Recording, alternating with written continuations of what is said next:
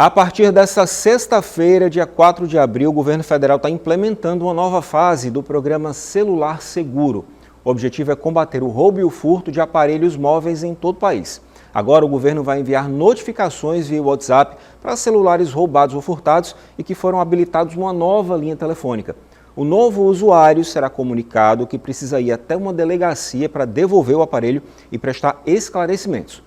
Caso não faça isso, o indivíduo pode ser alvo de inquérito por furto, roubo, receptação ou associação criminosa. O programa Celular Seguro foi lançado em dezembro de 2023. Só nos 6 primeiros meses, a plataforma bloqueou mais de 60 mil aparelhos. Lembrando que no aplicativo do programa é possível bloquear totalmente o aparelho que foi roubado, tornando-o inutilizável.